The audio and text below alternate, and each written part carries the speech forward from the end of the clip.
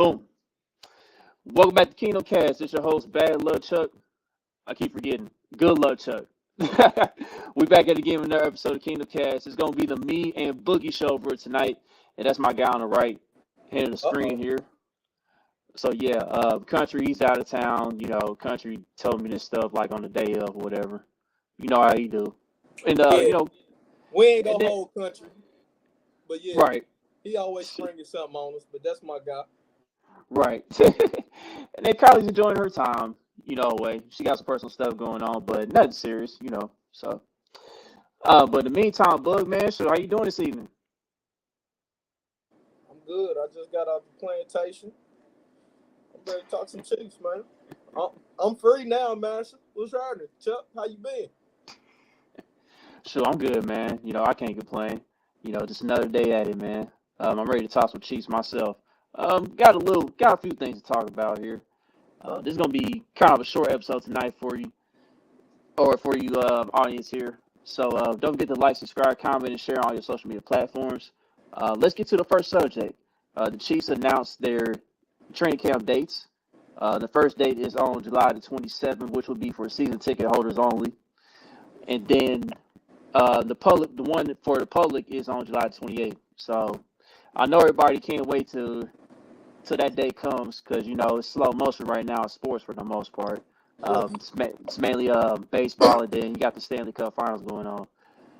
So Bug man, I mean, I know I'm excited just to see the wide receiver battle and defensive backs. That's gonna be a lot. That's gonna be pretty competitive. So, what are some of the things you're gonna be looking forward to as far as training camp goes this year? Man, I want to say it was Country. Somebody I was just talking to Chiefs with said this. This is gonna be one of the most exciting years at training camp, just because we done had so many picks. Usually we don't, but of course I want to see Sky, all the rookies. I mean, of course the first three rookies. I want to see all three of them. Of course, the receiving battle. Justin Reid, I feel like we kind of just slept on him a little bit because that was kind of early. So I want to see him.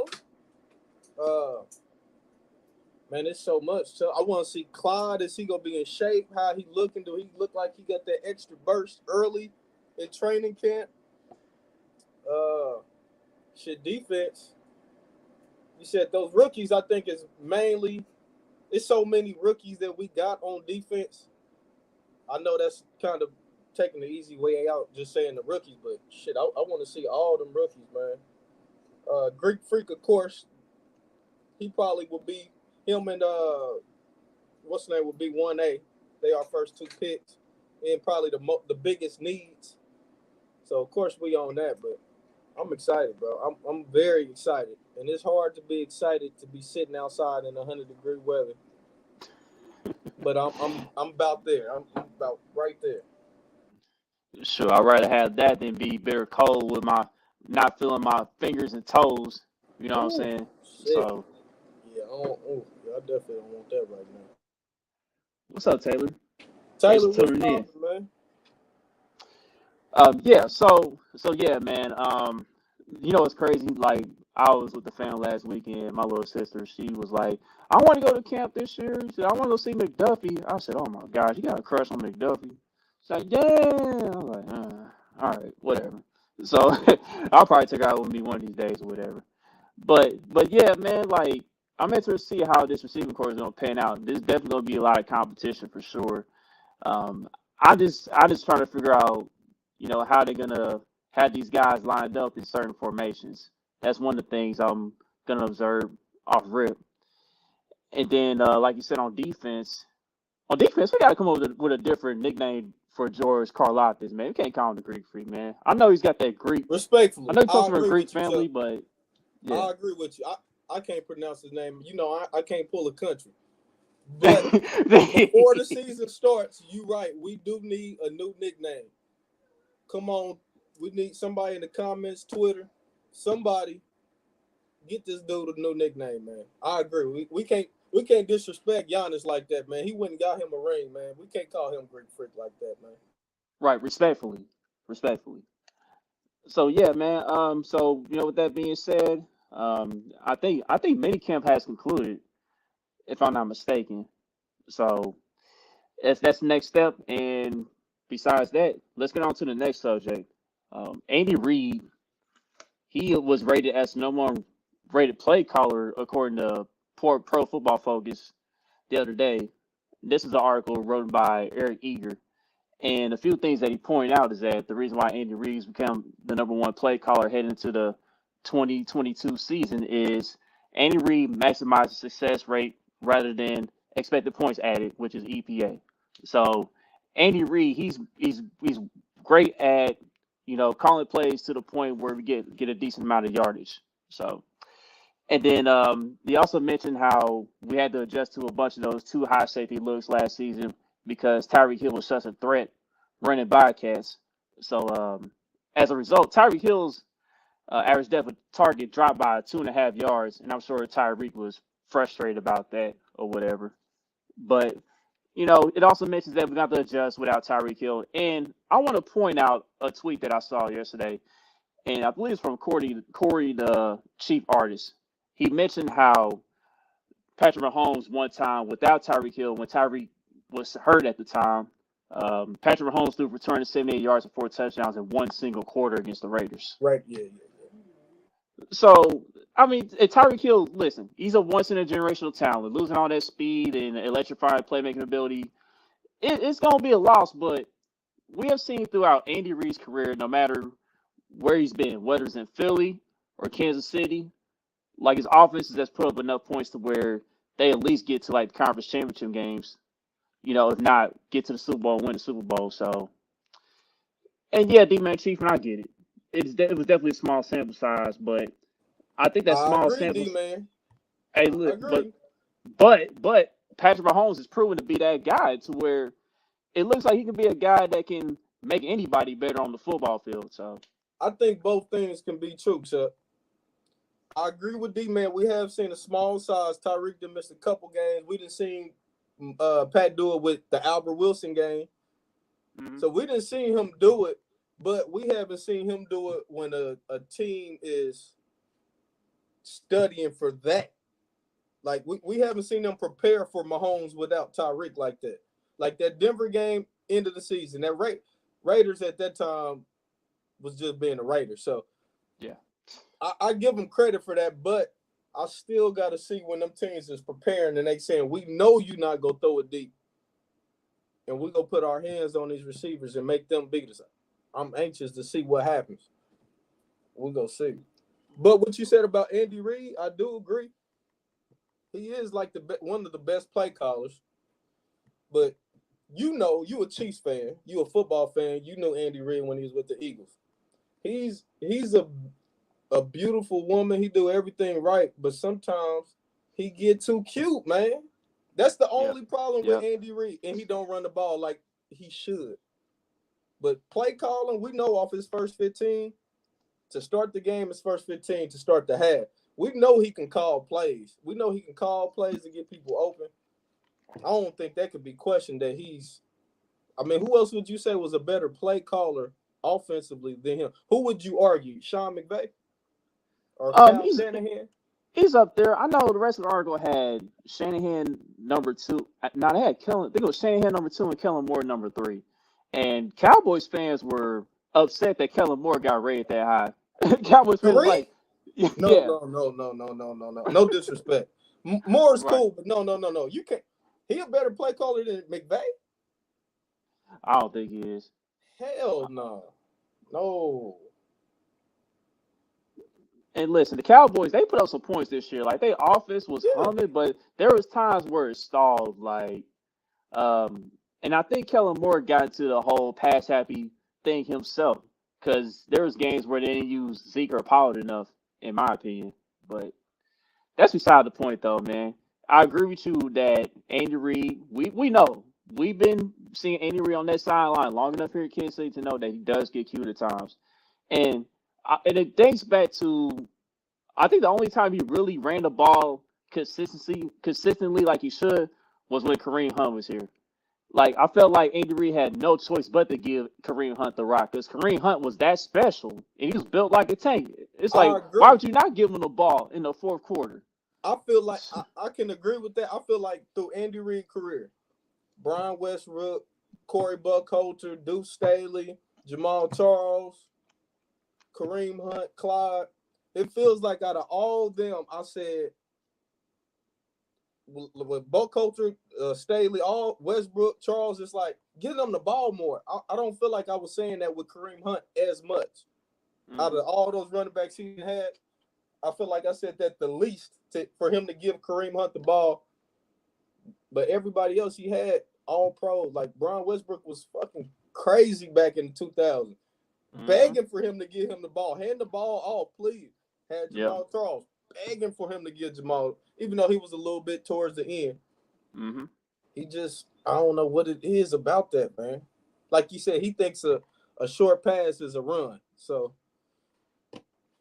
Yep, hence like the screen game and all that. But last year we ain't used the screen game that much with the running backs like we should. Like, and that's something Andy Reid usually good at, making sure that happens within the confines of the offense, to where the running back does get the ball at the backfield and, like, the block is in front. You know what I mean?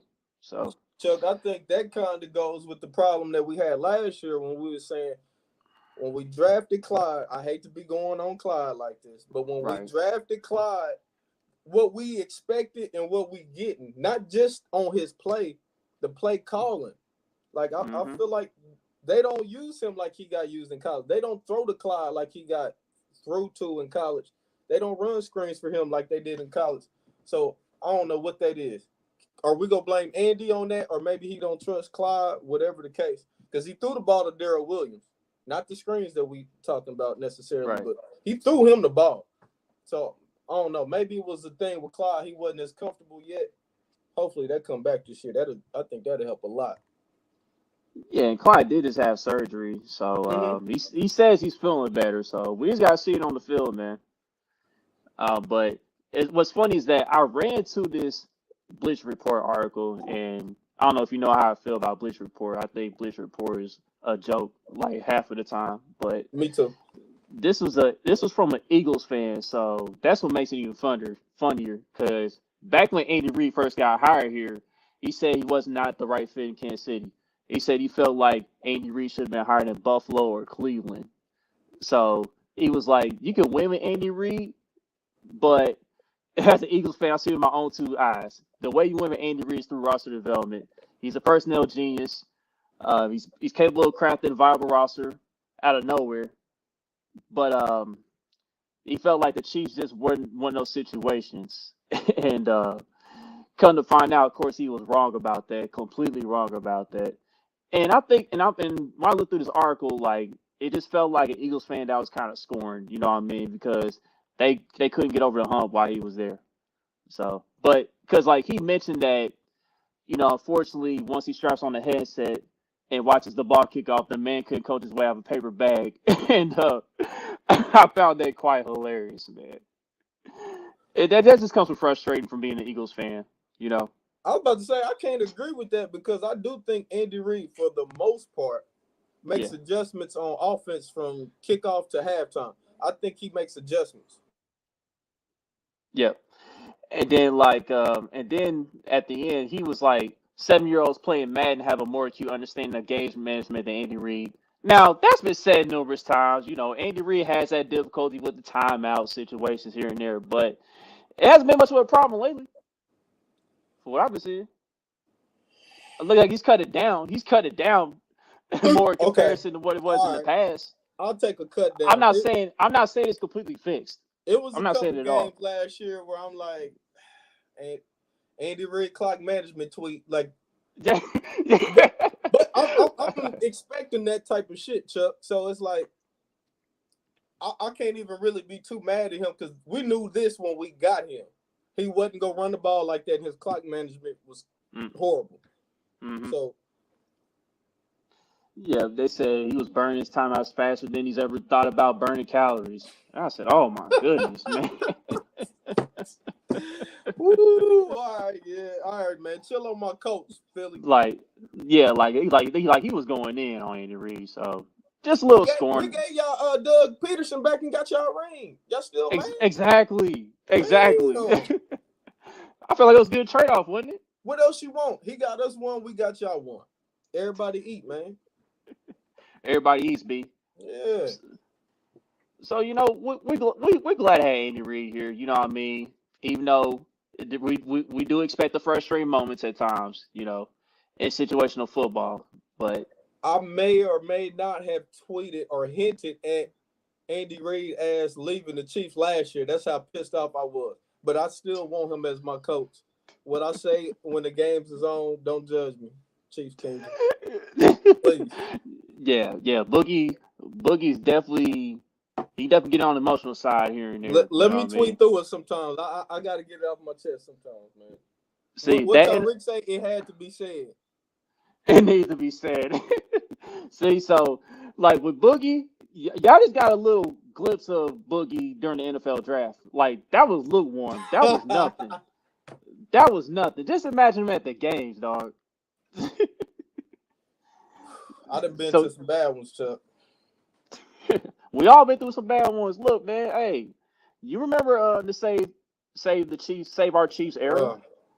I was at that Ravens game when Matt Kast got hurt, and there were some people cheering in the crowd and stuff. I was like, oh man, y'all terrible. Yeah. And I wasn't a fan of Matt Castle, but I don't wish injury on the dude like that. Like that was the Eric Winston, right? Yep. Yeah. Sickening and disgusting.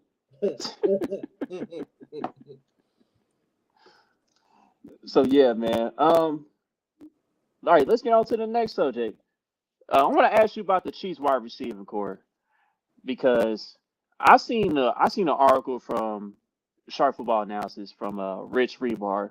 He's one of the analysts there, and he ranked the top 30 wide receivers heading into the 2022 NFL season. And I looked through this, and I don't see any Chiefs wide receiver in the rankings like in the top 30. So we're pretty much being slept on. And I look at these rankings, and I'm like, I know Juju Smith-Schuster for a fact is better than Marquise Brown. I know he's better. Yeah. But you slick, Chuck, and you're not about to do that shit because I know how you work now. Don't do that. What you mean? What you mean? You try to throw little shit in there. So later down the road, like with Marquise Brown, when I get to going in on Lamar Jackson, oh, he didn't have any weapons. Marquise Brown he's not even that good. I know how you get down, man. Don't be trying to discredit Brown. Brown is cool. I will take Juju over him. Juju is a better route runner. I think he's a better receiver. I ain't gonna hold you. I'll give you that one. Go ahead through that list. I'm just saying, bro. I'm just saying. Listen. Marquise Brown is a number 3 wide receiver on any other team, basically, and you're gonna kind of see that in Arizona this year. Now they got that report with Kyler Murray. I don't know. He got a real quarterback now, Chuck. He might give you 1,000. Oh gosh. Maybe it's the offensive scheme. Maybe Greg Roman's run heavy scheme has something to do with that. Go. Look, yeah. I know when I do the hezzy, I know you gonna go that way. I already knew what was up. I'm just saying, like, how come Greg Roman doesn't get the smoke? That's all I ask. But anyway, man. Probably because Lamar Jackson led the league in touchdowns. They had like the number 1 run offense. This is all since Greg Roman been there, and you want to get rid of that? But you seen the offensive rankings go down every year after that. After that first year, you see the numbers been going down year after year after year. The Chiefs offense rankings been going down every year since. We're not gonna fire somebody because of that, though, right?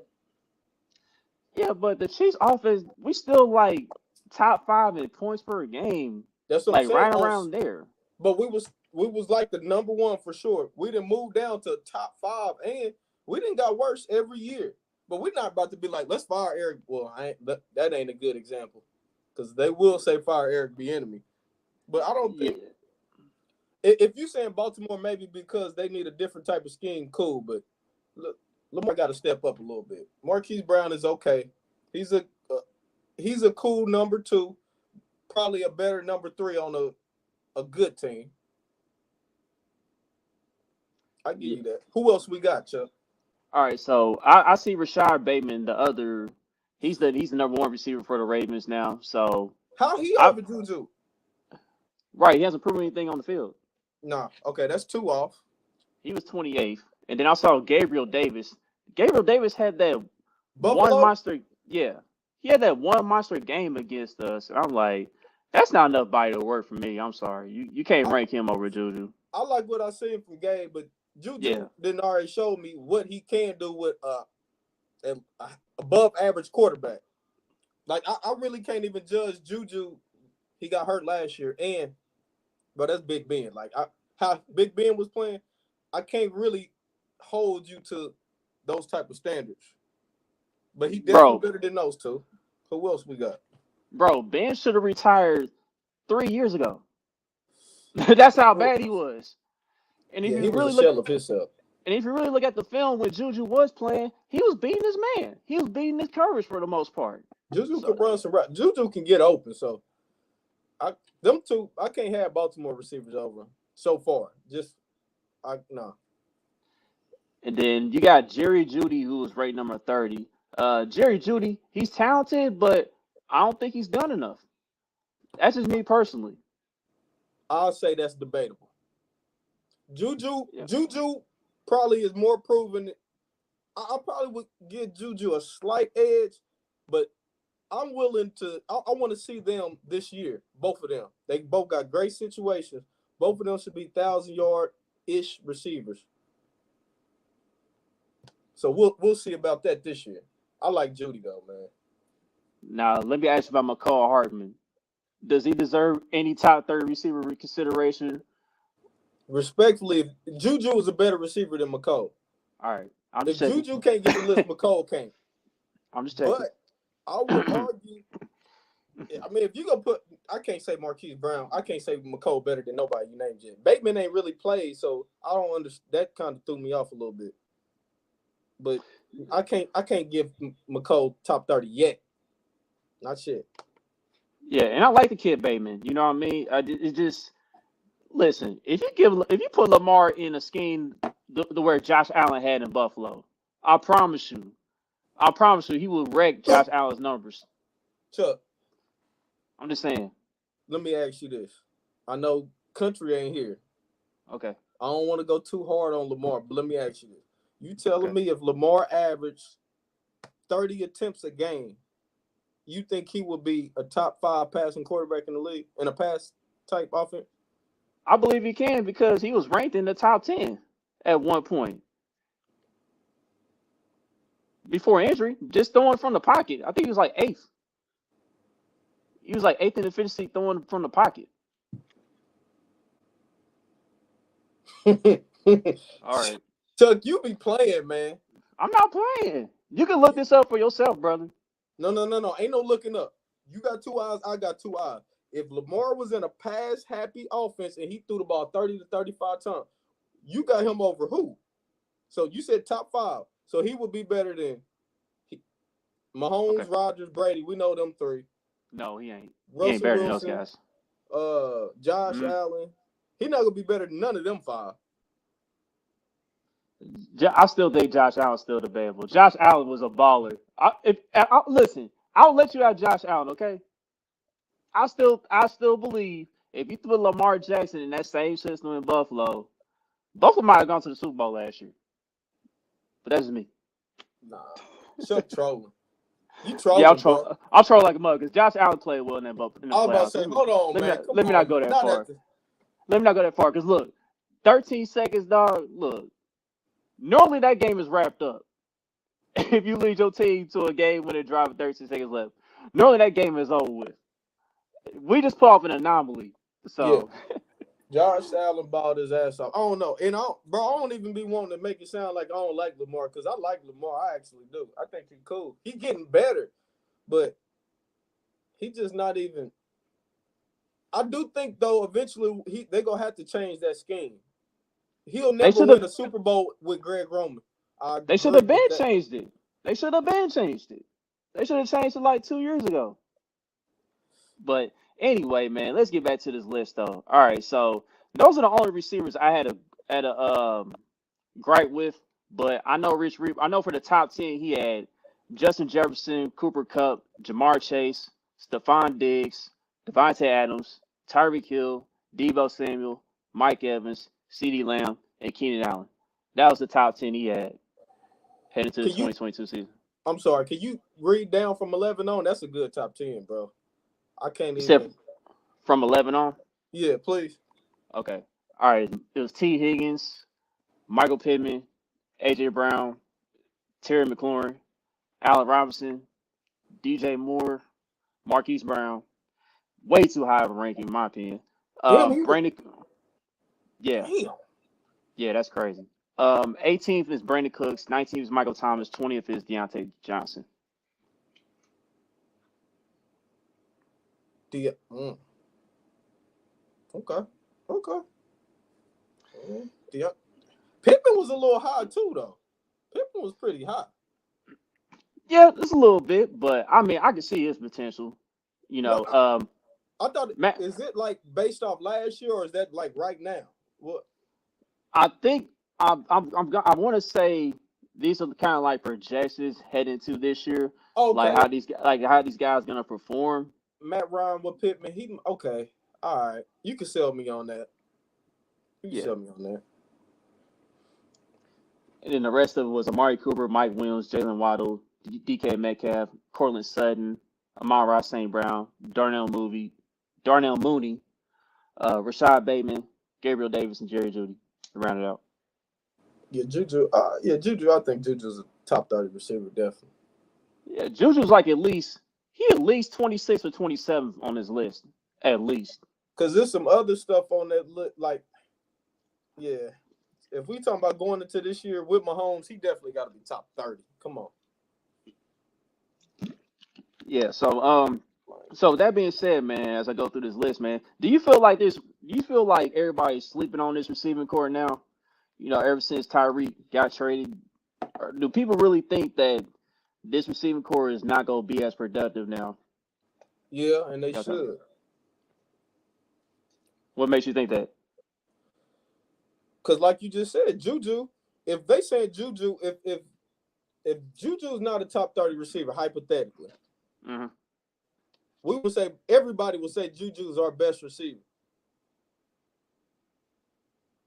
We really don't have nothing proven. Like, if not being the Chiefs fan as a football fan, I'm looking at the Chiefs. Right. I'm coming to man them up. I want them receivers to beat me. Yeah, Valdez can go deep. If Valdez take a step, that change. If McCole take a step, that change. If Juju is that number one type receiver, that change. Shit, if Scott Moore bring us anything this year that we like, oh shit, that could change something. But just going into it, Valdez is not a 1,000-yard receiver. McCole is not a 1,000-yard receiver. Juju, he's done it before. He's done it before, but I mean, I wouldn't say we slept on it all. If I'm a D coordinator, there's no receiver that I'm looking at and I'm like, man, fuck, I gotta stay up tonight. Respectfully. I'm not staying up with a headache thinking about that game tomorrow because of Valdez. Like, nah, not me. I think we got a top 15 receiving core in the league overall? That's a great question. We might just be on the outside looking in. Maybe. If you ain't in the top half, I can't say you slept on it. I can't. I mean, that's all fair points. So, but I believe with Andy Reid's scheme, and how he's done it throughout his career, he can make something happen. With anybody. Because hell, like I mentioned, when he was in the Eagles, we had bums like Todd Pinkston and James Thrash, Greg Lewis, Hank Basket. Respectfully, I ain't gonna call them bums, but yeah, Avant. Okay, they in the league. All right, my bad. We're not gonna call them bums. Avant made some clutch plays in that New England game, man. Shout out Avant. Avant's getting a lot of love. I know, like 2 weeks ago, I think his name was brought up. I forgot who was on I Am Athlete podcast, but I think Shady McCoy brought him up. Oh yeah, it was the Deshaun Jackson episode. Deshaun Jackson brought up Jason Avant, and he brought up how important Avant really is to an offense because Nice. Avant was very good at blocking in the run game. And, he was that veteran. Like, if you needed like a key third down conversion and nobody else was open, he would find a way to get open and make that That key catch playoff for you. game against the Patriots, man, I was like, damn, man. Fight with him. Please, somebody fight with him. Right. D-Man Cheaper says 750 yards. Hey, shoot. I don't think that's much of a bold take to me. I think he's capable. If he gets 750, he'll be what, the number 2, 3 receiver? That changed a lot. That would be pretty nice if he can give a 750. Mm-hmm. Yo, what up, Slim? He from the twist this time. So, but yeah, man. But yeah, let's get on to Josh Gordon too. Oh, hold on. Let's go to Kevin Sharp. No Chiefs receivers will have 1K receiving yards. Bold take. I mean, I can see that, Kevin. Low key, I can see it. Right. The way the offense could be constructed this year, I think it's really gonna be spread around, between the wide receivers. I think the only guy it's possible that Kelsey is the only guy with over 1,000 yards. In the receiver core, though, I could definitely see that. How they been preaching this, spreading the ball around and making a point of emphasis. Everybody, you ain't gonna know who gonna get it. Andy Reid we know he did that even when we was Tyreek heavy. He goes into different games and there's been plenty of games. DeMarcus Robinson is getting hella targets. You like, man, what is Andy Reid doing? He'll spread it around. Pringle done had games where Pringle getting more plays towards him, it seemed like, than Tyreek. And you'd be like, damn, where Tyreek at? Like he spreads it around, but now you got overall better roster. I can see it. I don't know. If we can get 600 out of 4 receivers? Yep. And at the end of the day, Andy Reid is all about matchups when it comes to, offense. Like you mentioned with DeMarcus Robinson and Byron Pringle, they just had the matchups to where they could be great on that day. And DeMarcus Robinson, he was known to be a Raiders killer for the most part because he always win his matchup against those type of DBs and against that type of defensive scheme. And same thing with Pringle. Like he had his game against the Colts, he had his game against the Steelers. It's just certain teams they would spread it out to somebody else. Like they would use Tyreek as a decoy, or they'll use Travis as a decoy, and then somebody else would eat for that particular game. So, but yeah, let's get on to the final subject of the evening, man. I wasn't gonna talk about this at first, but Kevin the Trucker, he brought it up.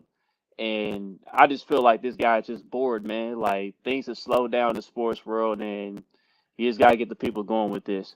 So Skip Bayless made a big deal on Undisputed, talking about Patrick Mahomes is still throwing no-look passes in practice. I'm like, first of all, it's just practice. Second of all, he already done that stuff in the game, man. I was like, dude, are you bored at this point? I know you, the pro Tom Brady, anti-Mahomes antagonist, but dude, like, you really about to focus on him throwing no-look passes in practice? Like, what's up with all that, Bug?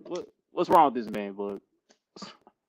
Man, look, now I'll be critical on Mahomes because we lost and how he played that last game. But then, bro, you talking about somebody who'd have been to 2 Super Bowls and 2 championships in 4 years.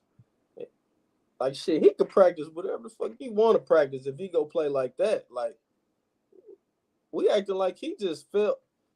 We act like Mahomes. Not we. Skip. He talking like Mahomes just played like he wasn't that bad. We did go to the AFC Championship. Our expectations is that crazy. Like, just going to the AFC Championship, we making it seem like Mahomes had a down year. I mean, he did for his standards, but Skip just be reaching, man. You see how he do LeBron, man. He that should be old, man. He find his character and he play him, man. Yeah, man, and he do Steph Curry like that too, man. Like he's kind of anti-Steph Curry with his takes too, and like Mahomes, he kind of got that Steph Curry aura to him, as far as his performance on the field and stuff.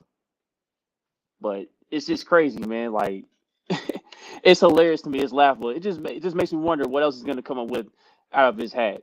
You know? Dude, Mahomes could win every game this year. He'll come up with a race. When do you see how he do? I know, all jokes aside, you don't how you feel about LeBron, but dude, this dude, how you still having headlines of LeBron? Like he don't got nothing to do with nothing right now. LeBron been on that show. He done had a segment every week. Like, Yeah. dude, that shit is man. He owe LeBron a settlement, man. he probably do because I saw that too, man, and it's like okay, the Lakers didn't make the play in. Like, why are they still in the headlines and everything? It's like and Skip admitted himself. He's like, it don't feel the same without LeBron, and it's only because he can't bash LeBron and talk down LeBron like he's accustomed to. So that's why he's saying all that. That be And his now, only content. yep, right. And now he trying to switch the direction to Mahomes since in the NBA season just concluded, and we ain't even nowhere near training camp, and you just find one little clip of Mahomes throwing a no look pass, and boom, we're gonna make a big deal out of it. Let's get back on Mahomes' head. In June, Yes, in June, bro. Just that's crazy, man. That's wild. that's insanity, bro. That's insanity, honestly. We talking about what Mahomes is doing in June in practice, man. That's crazy. But Brady can do anything, and he'll. And I love Brady, man. Brady the GOAT. He the best ever. All that. But damn, Yep, Brady do anything. This dude is like, yep. Brady just do no wrong, man. He can just do no wrong in his eyes. So. But speaking of Brady, man, if this retirement is true, congratulations to Rob Gronkowski. He made his official announcement retiring as one of the greatest tight ends to ever play the game. So hmm, shout out to Gronk. But it also makes me wonder. It makes me wonder how Tom Brady's going to perform this year now that he ain't got that true safety blanket. Not saying that Gronk is the Gronk of old and everything, because Gronk has been a little nicked up the past few years, and there's been games where he's just been out there as a decoy, just to have him preserve his body for the playoff run. So, I mean, so what's your thoughts on Gronk retiring? Like, how's it gonna affect Brady a bit this season? if Gronk really retired, I still think he the greatest tight end ever. I think Kelsey got. No, I don't know, man. Kelsey may have caught him. Kelsey may have caught him now. So yeah, I give you that. He's one of the greatest. Definitely top two. Mm, I think he better than Tony G. Personally, in their primes, both of mm, them in their primes. I got Rob and I got Kelsey, but yeah, of course it's go like you said. It's still gonna be because tight ends, even when they old and can't do that, they still can impact the game. You see, Jason Witten was playing till he was what 37, 36. right, that turtle move He, itself.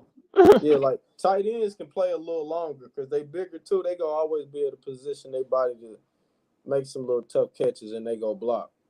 So I don't know. Gronk, it's gonna hurt. Tampa got some good tight ends still though. It Hmm. still ain't gonna be the same just because when you know Brady could be getting pressure and he wouldn't even care if he just however he got to throw it to Gronk. He comfortable. It's gonna get swatted down. Gronk go get hit. Gronk go make the catch. Like he don't care. Somebody else he might pump fake take that sack. He getting rid of it, throwing it to Gronk. It's gonna change stuff. But they still got Mike Evans. I mean, they division they got Atlanta rebuild, Hmm. Panthers rebuild, Hmm. Saints rebuild.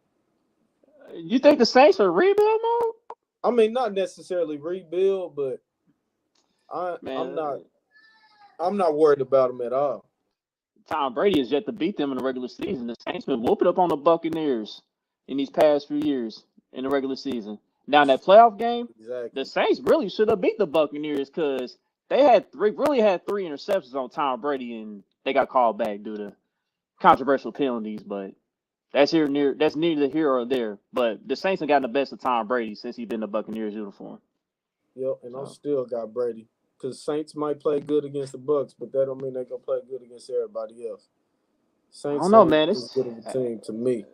They got a defense, and then Michael Thomas coming back. They drafted Olave out of Ohio State. You got Kamara coming back, and Got Jameis. weapons. Jameis was managing the game well up until he got hurt. If James don't get hurt, they in the playoffs. I'm Easily in not the sold on playoffs. Jameis, but he got all the weapons, man. He got all the weapons. Should be Jameis no will be excuse for good. Jameis. He'll be just good enough for the Saints to compete in that NFC South. So we're gonna see what happens, man. But let I still got the Bucks. I think Brady is still he'll take a little step back again, but he still be a top 8 quarterback this year, stat wise. Tampa still be a threat. yeah, definitely. At the end of the day, I got both the Saints and the Bucks making the playoffs, but I think the Saints gonna win that division. Mm, okay, That's one of my bold takes heading to 2022. So, okay. but yeah, let's go across the division. Let's talk about Ndamukong Suh. Ndamukong Suh has been getting rumored to the Raiders or the Vikings, but it's mainly been the Raiders. Like he's been playing along with it, you know, because he was on NFL Live, I believe yesterday, and he mentioned how it would be fun playing against the Raiders, and he also mentioned how Patrick Mahomes is his favorite quarterback to sack, and I was like, oh hell, it's like we know that Ndamukong Suh, he's past his prime and everything, but he's still an effective player out there. Because if people remember when he was on that Rams team and he was lined up alongside Aaron Donald, that's when Aaron Donald had his best season stat wise. Because Ndamukong Suh, he was a guy that could stop the run and he was a gap pusher. And that allowed Aaron Donald to do his thing pass rushing. Because Suh is mainly a run stopper. He can play the one technique, he can play the three technique, he can play the nose. So Suh is still valuable in that aspect. Now, when I heard about him being interested in being a Raiders uniform, I was like, oh shoot, please no. Somebody else got me interested. Somebody else got me interested in signing Suh because I don't want that man in the division. I'm sorry, because if he goes to the Raiders, that's gonna mask some things on that Raiders defense. That's gonna open it up for Crosby. That's gonna open up for Chandler Jones, and he ain't gotta worry about that back seven as much. So I mean, Book, give me your thoughts on the Suh rumors and him maybe being in a Raiders uniform. I agree with everything you just said. I don't want Sue, man. Please don't go to the Raiders. He dirty. I don't want him landing on my quarterback the wrong way. I don't want him tripping, kicking none of my offensive linemen. I don't want him. Nah, don't go to the AFC West. I hope not. That would be crazy, like you said on that D line with Chandler Jones and Crosby. You just said what he did with Donald, but that's if the Raiders get him, that's physical. Man, we trying to put our hands on they gonna be a physical defense, man. I ain't sleeping on the Raiders at all. They get sued, man. With Devontae Adams, That's a solid offseason. That's a real solid offseason, man. And like, and we got a really good interior offensive line with Tooney and Humphrey and Smith. But Sue, oh man, yeah. Sue, man, even though he's past his prime, you know, he's getting a little older, he can still impact the game because he can open it up for everybody else to eat. I was about to say because what you said, man, that exactly. It's Chandler, it's Jones and Crosby. It's them too, man. Like it ain't just Sue. With them, yeah, that's gonna That be that's crazy. that's dangerous, bro. So yeah, hopefully the Vikings come along and steal him, or somebody else can steal him, man, because that's gonna be a problem. That's gonna Hopefully be a we steal problem. them. Just like Mahomes in practice, just touch him with the red jersey. Come on here. Why Yeah, not come here? over here. Come over here, bro. Why you wanna sack Mahomes, man? Like, You want to win, don't you? didn't you already do that in the Super Bowl, man? Didn't you Yeah. already kind of torture us in the Super Bowl not so long ago? Like, You can why you do it in wanna? practice, just don't be doing too much. We Right, good. right, We got some money for Sue. Come on with it, man. man. Got him and Chris Jones, man. Woo, yeah. Yeah. Talking about Crosby, him with Chris Jones, with the Greek Freak. Frank GK3. Yep. Yeah. Come on with it. With Mahomes. Come on. Yep.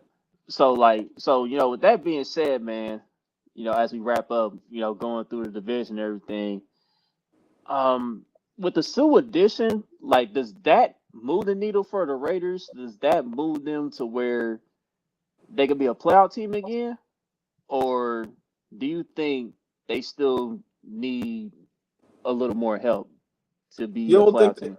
you don't think they're a playoff team now? I think right now they can contend for a playoff spot, but I think they'll be last though, just because our division's a gauntlet, bro. Like the Chargers have been knocking on that door for a long time to get back in the playoffs. I think they finally do it. Denver, Russell Wilson, I think he moves the needle that much for Denver, Mm-hmm. and it's a gauntlet, bro. It's a real Let gauntlet out there. Let me play devil's advocate hypothetically. The Raiders, they got the continuity right over the Broncos. They done been together player But you also, wise. yeah, but you also got a new coach now with Josh McDaniels, just like Denver got a new coach too, and Nathaniel Hackett. So. And then You on top got of that, I think the Raiders got the weakest trenches in the division right now. The offensive line still, I feel like the offensive line still needs a little bit of work. That's just my opinion. yeah. I, I can give you that, but I just think Carr, man, I think Carr is getting a little slept on this year, man. I do. I think the Raiders are. They made the playoffs this year.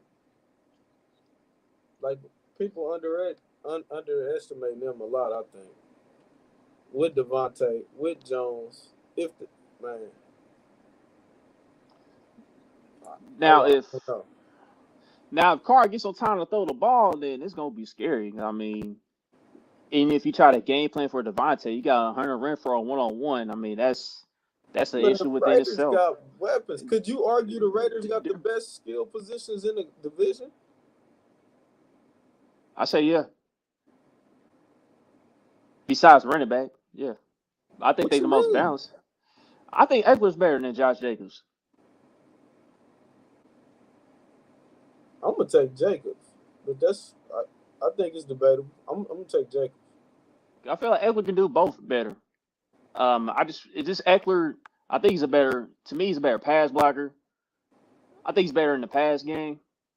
I mean, that's what gives me the edge with him over Josh Jacobs. I like Jacobs, man. I just think you talking about offensive line. Look at the line the Raiders got. Jacobs been banged up too. Yeah, yeah. Both of those guys, like him and Eckler, they've been going through some injuries. So But then you go to receivers. Shit. Devontae better than every receiver in the division, and Renford better than. Is he better than any number two? I'm asking. woo. Jude. So you Um, going Judy? You going Mike Williams? You going McCole? I guess. he's a better route runner than all those guys, but I think I would take Mike Williams just because he got the size.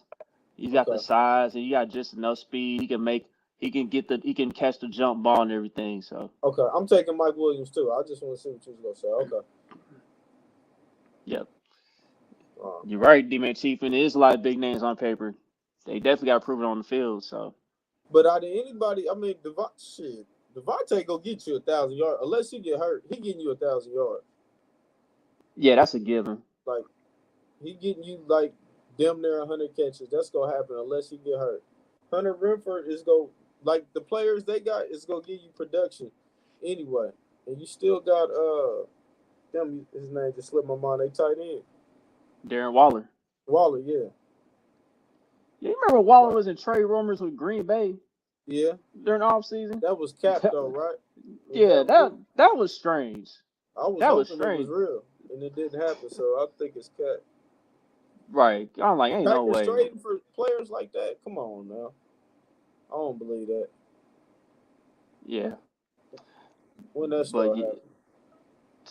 right. I just think at the end of the day, the difference between all these teams in this division is that the Raiders. I just think the Raiders still got a few more holes than any other team in the division, in And, my opinion. and you think Carr the worst quarterback, right? Well, I seen a post like last week, and they had all the jerseys on display for the AFC West, Mm-hmm. and you know it's the one team that didn't have their quarterback posted. You don't think it's any chance Carr is the second best quarterback in our division this year? Nah, nah, he last. He last. It's Mahomes. It's Mahomes, Wilson, Herbert, then him. You don't think it's a chance that Carr could be the second best quarterback in this division this year, just this year? It just depends on how the Raiders' offensive line gonna play. If he has time back there to throw the ball, then Man, he got he can Devontae be. Adams, man. But like I said though, you gotta have strong trenches too for everything to work. That's all I'm saying. Okay. Unless McDaniel's gonna find a way to scheme some plays for him to get rid of the ball quick. You got Renford. I mean, I think they're gonna be cool, man. I don't know. Nobody giving the Raiders a chance though. That's crazy. They're gonna put up some points. I have no doubt in my mind. But there will be those games where Carr is gonna get put on his ass a couple of times.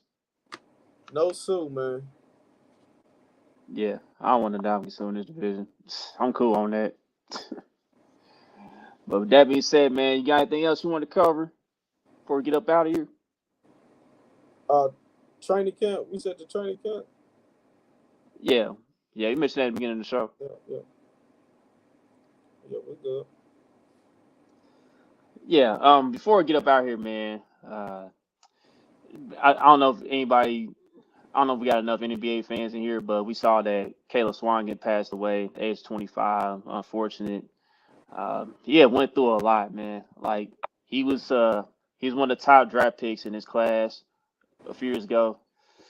Unfortunately, he went through some stuff in life and he got overweight, and all of a sudden he's passed away. And I watched this kid play in the Sweet 16 when it was here like a few years ago. And this one Purdue was playing Kansas, and I thought he was going to be in the NBA for a long time, but that wasn't the case. And unfortunately, he was going through some stuff off the court, and now he's gone too soon. So, rest in peace to Caleb Swanigan. Rest in peace to Therese Paler. Rest in peace to Marty Schottenheimer. Rest in peace to the Buffalo victims. Rest in peace to Uvalde shooting victims. So with that being said, I'd like to thank everybody for tuning in to Kingdom Cast for another episode. Don't forget to like, subscribe, comment, and share all your social media platforms. Till the next episode, we out here.